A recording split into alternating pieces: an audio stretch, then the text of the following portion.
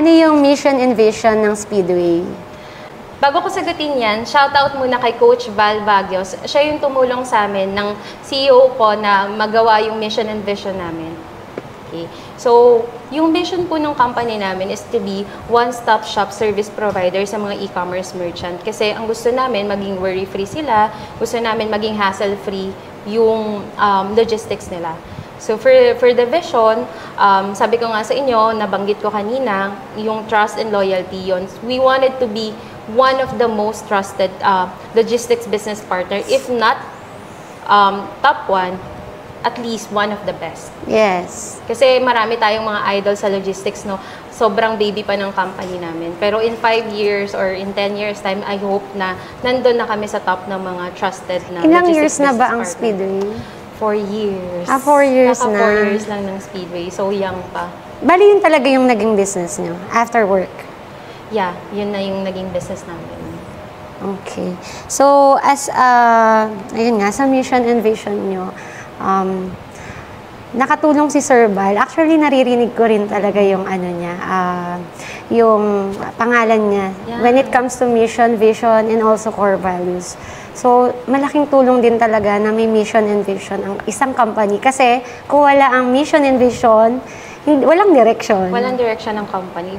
Yung na-start kami na ma-identify yung correct mission vision for us, yung what really fits us, and ano talaga yung nararamdaman namin na nung tinayo namin yung business, mas naging mabilis yung growth ng company actually. Kasi hindi na kami yung parang pag may nag-alok sa amin, yes lang ng yes. Nung nagkaroon kami ng mission vision, natuto na kaming mag-say no sa mga opportunities na hindi naman related sa amin kasi or maa-out of focus kami. So, yun yung isang biggest win namin nung nagkaroon kami ng mission vision. And up until now, I'll make sure na nako-communicate siya ng maayos sa lahat ng employees namin. So, dapat required sa amin, sa company namin, you know the mission and vision by heart. Pag tinanong kita, dapat alam mo. Sa core values din nyo, it is your reflection ba? Yes. Kasama siya dun sa na-develop namin. It's not just yung mission, vision, also the core values. It's a 3-month-long training. So, kinilala talaga kami ni Coach Val. Ano yung mga ideals namin sa buhay, personality. So, ibig sabihin, namin. nung wala pang mission, vision, and core values, parang nag-ano lang kayo, parang tingin nyo lang sa company nyo is parang kumikita lang. Actually, meron. But then the mission vision nung nag-start yun is about me. Not about the company, not about my husband as well because he is the CEO. So, marunong kasi akong maggawa ng mission vision. Ako din kasi nagko-content right for the company. Siyempre, di ba pag umpisa pa lang yung company, halos ikaw lahat. So, hindi siya applicable sa lahat, kaya hindi ko siya ma-communicate ng maayos. That's the reason why. And hindi kami align mag-asawa bilang kami yung leaders ng company. That's why we need that help, professional help from Coach Val para ma-identify namin yung tamang mission vision for us na magko-commit kami bilang CEO and CEO na i-execute siya. Actually, yung isang business na katulad sa inyo na service provider, hindi siya madaling negosyo. Yeah. Kasi it's a service. So, para sa akin, nung nagkaroon kami ng logistics na business, hindi siya madali. Kasi it involves the manpower. Na pag nagloko yung manpower mo, may problema yung negosyo mo. And it will maapektuhan yung client. And syempre, yung trust ng client nawawala. Totoo yan. Number one ang customer service niyo. Of course. Marami naman, right now kasi alam na namin siya i-measure. So, meron na kaming mga key results, key factors na na-identify namin kung nahihit ba namin na, or na-i-embody ba namin or na-execute ba namin yung aming vision and goals. So, meron kaming mga ganon na measurement like surveys sa surveys, reviews coming from our clients.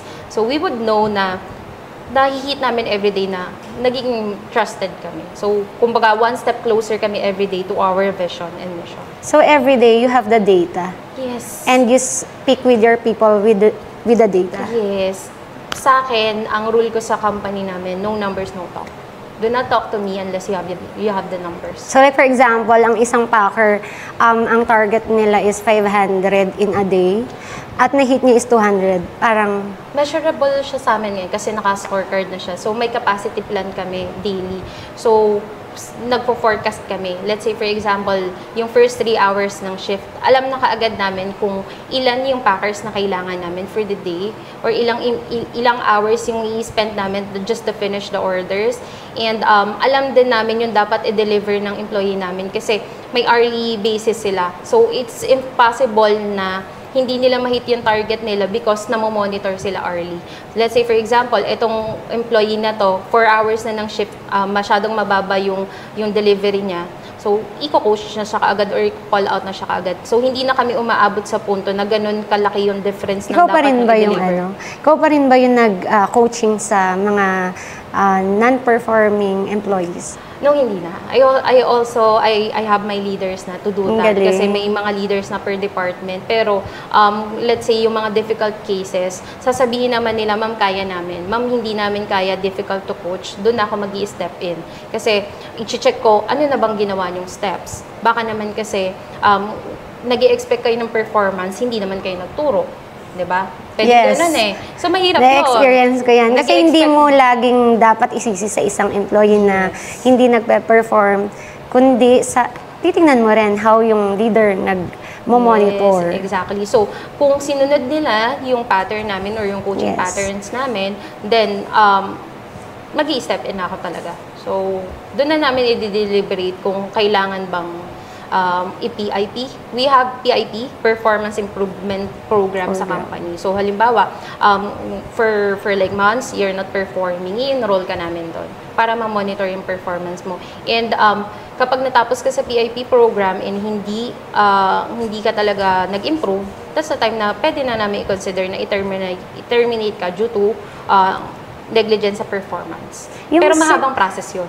Ang galing mo talaga. So, parang na-amaze ako. Parang ang dami ko pang kulang. So, yung system na ginawa mo, it's more on, ikaw ang gumawa.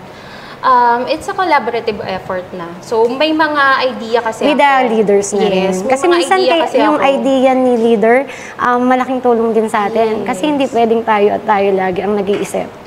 Kasi may background ako. So, na-experience ko siya before. Kasi, pinagdaanan ko from SME subject matter expert, naging team leader ako, naging manager ako, naging service delivery manager ako, lahat yun, pinagdaanan ko. So, medyo natuto ako doon. So, lahat ng mga ideas, lahat ng mga natutunan ko during those times, tinuro ko rin sa kanila. Pero yung developing na ng tools, developing na nung pinakang metrics namin, kasama ko na yung mga leaders ko. So, meron kaming mga strategic planning, may monthly meeting kami with the leaders. So, kung kailangan talaga, let's say, magde-develop kami ng SOP, kung 1 to 3 days kami magkakasama, so be it, ginagawa namin yun. So, pero nandun kami ni Sir Neil as support.